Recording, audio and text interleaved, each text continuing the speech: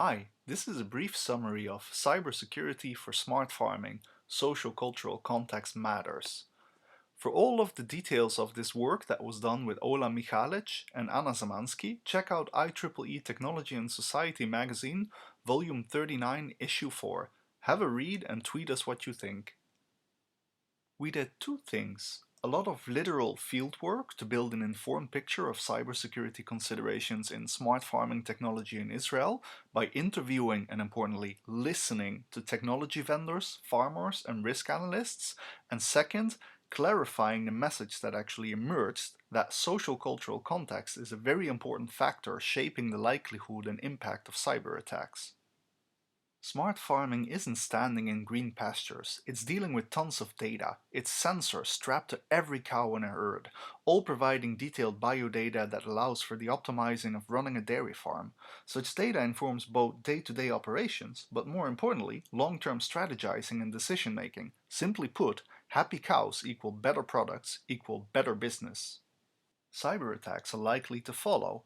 Unsurprisingly, ransomware attacks are the most prevalent threat here, but their impact is limited owing to the social-cultural origins of farming in Israel. Collective farming, where sharing labor, knowledge and resources was the norm of the day. This attitude has persisted, and, for example, farmers freely allow vendors access to their IT infrastructure to configure new technology. That reduces likelihood of typical threat vectors.